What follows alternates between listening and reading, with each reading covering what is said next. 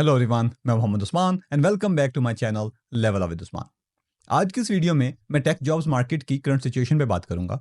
बहुत से लोग ये सवाल पूछते हैं कि इस वक्त टेक में जॉब्स अवेलेबल क्यों नहीं है, या जॉब सिक्योर करना अब इतना मुश्किल क्यों हो गया, या ये कहीं एआई की वजह से तो नहीं है कि अब ज्यादा इंजीनियर्स रिक्वायर्ड नहीं है। मैं आपको डिटेल में बताऊंगा कि आखिर ऐसा हो क्यों रहा है, ले ऑफ्स अब तक रुक क्यों नहीं रहे और ये सब ठीक कब होगा। पहले मैं आपको इसका बैकग्राउंड बताऊंगा, फिर इस वक्त जो सिचुएशन है मैं उसकी नेगेटिव और पॉजिटिव दोनों साइड्स आपके सामने रखूंगा, फिर हम इन सब को मिक्स करके एक कंक्लूजन निकाल लेंगे। हो सकता है स्टार्ट में आप मेरी बातों से थोड़ा डीमोटिवेट हो, स्पेशली अगर आप जॉबलेस हैं या इंडस्ट्री में न्यू हैं। तो मेरी इस वीडियो के अंत तक देखिएगा, जहां पर मैं पॉजिटिव साइड की बात भी करूंगा। इस वक्त मार्केट की जो सिचुएशन है उसको समझने के लिए हमें थोड़ा सा पीछे जाना होगा, 2022 और उससे पहले के 5 से 7 साल, जो कि टेक का गोल्डन एरा था। उस वक्त कंपनी सुपर ग्रोथ मोड में थी, हर तरफ हायरिंग हो रही थी। मेरा लिंक्डइन और इनबॉक्स भी रिक्रूटर्स के मैसेज से भरा रहता था। जॉब्स बहुत ज्यादा थी और इंजीनियर्स कम थे। हर तरफ बूट कैंप्स ओपन हो रहे थे और बूट कैंप 6 महीने 1 साल में इंजीनियर्स प्रोड्यूस कर रहे थे। इस सब की वजह थी लो इंटरेस्ट रेट। उस वक्त यूएस और दुनिया भर में इंटरेस्ट रेट्स काफी कम थे। जब इंटरेस्ट रेट्स कम होते हैं, बिजनेसेस और लोगों के लिए डेट लेना आसान होता है, जिससे परचेजिंग पावर बढ़ती है और उससे ग्रोथ क्रिएट होती है। फिर कोविड आ गया। कोविड में स्टार्ट में थोड़ा सा डिप तो आया, लेकिन बाद में ग्रोथ और ज्यादा बढ़ गई और उसकी वजह लो इंटरेस्ट रेट के साथ साथ स्टिमुलस पैकेज था। यूएस गवर्नमेंट ने बिजनेसेस को और लोगों को ट्रिलियंस ऑफ डॉलर्स फ्री में दिए। लोगों की परचेजिंग पावर और बढ़ी, उन्होंने और स्पेंड किया,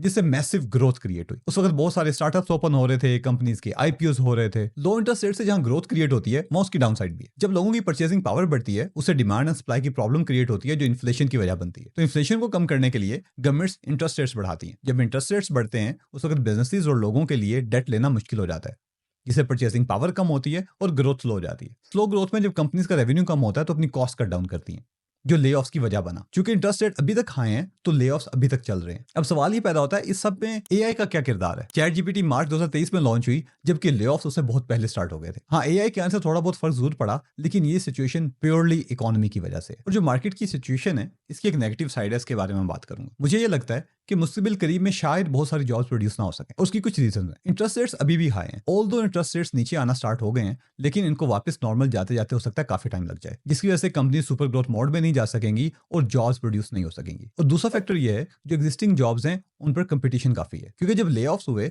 तो बहुत सारे एक्सपीरियंस लोग, जिनका 5 साल 10 साल एक्सपीरियंस था, वो भी मार्केट में अवेलेबल है। तो अब किसी जॉब के लिए एक फ्रेश ग्रेड या कम एक्सपीरियंस वाले का कंपटीशन ज्यादा एक्सपीरियंस वाले के साथ है, और ज्यादा चांसेस हैं कि जॉब ज्यादा एक्सपीरियंस वाला सिक्योर कर लेगा। और तीसरा फैक्टर एआई है। ऑल्दो एआई अभी तक इंजीनियर्स को रिप्लेस नहीं कर सका, लेकिन एआई ने इंजीनियर्स की प्रोडक्टिविटी जरूर इंक्रीज की है, जिसका ये मतलब है कि कंपनीज को अब एक प्रोजेक्ट पे काम करने के लिए कम इंजीनियर्स रिक्वायर्ड होंगे। नेगेटिव साइड पे काफी बातें कर ली, मैं अब इस मार्केट की पॉजिटिव साइड बताता हूँ। पहली है एआई। जी हाँ, एआई, अभी मैंने मेंशन किया था कि एआई की वजह से जॉब्स रिड्यूस हो रही हैं, लेकिन एआई ही पॉजिटिव साइड भी है। हो सकता है एआई कुछ जॉब्स को खत्म कर दे, लेकिन बहुत सारी जॉब्स एआई क्रिएट भी कर रही है। आपके पास ये अपॉर्चुनिटी है कि आप अपने आप को उन स्किल्स के साथ इक्विप करें जो जॉब्स एआई की वजह से प्रोड्यूस होंगी। आप machine learning, data science, artificial intelligence के रोड मैप लर्न करें, क्योंकि फ्यूचर में हर तरफ एआई का कंपटीशन स्टार्ट होगा।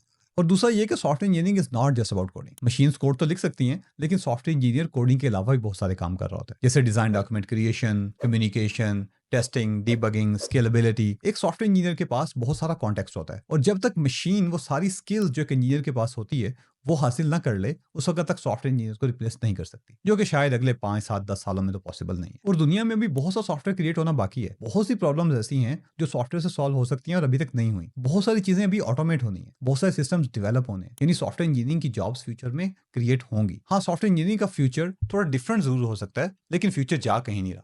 मैं अभी भी किसी को मशवरा दूंगा तो सॉफ्टवेयर इंजीनियरिंग ही दूंगा, क्योंकि ये एक बेस्ट करियर पाथ है। हाँ, इस वक्त हायरिंग क्राइटेरिया मुश्किल जरूर है, लेकिन मार्केट में कुछ जॉब्स अवेलेबल हैं। मेरा मशवरा आपको ये होगा कि उन चीजों के बारे में परेशान मत हो जो हमारे कंट्रोल में नहीं है, बल्कि उन चीजों पर फोकस करें जो हमारे कंट्रोल में। फॉर एग्जाम्पल, एआई की एवोल्यूशन और ग्लोबल इकोनॉमी हमारे कंट्रोल में नहीं है, लेकिन अपने आप को अप लेवल करना और नई स्किल सीखना जो जॉब की रिक्वायरमेंट है, वो हमारे कंट्रोल में। एक सॉफ्टवेयर इंजीनियर को कोडिंग के अलावा और कौन कौन सी स्किल सीखनी चाहिए, मैंने इस वीडियो में बताया, जरूर देखिएगा। वीडियो को अंत तक देखने के लिए शुक्रिया। मजीद ऐसी वीडियोस देखने के लिए मेरे चैनल को सब्सक्राइब करें और नोटिफिकेशंस भी ऑन कर लें। खुश रहें और कोड करते रहें।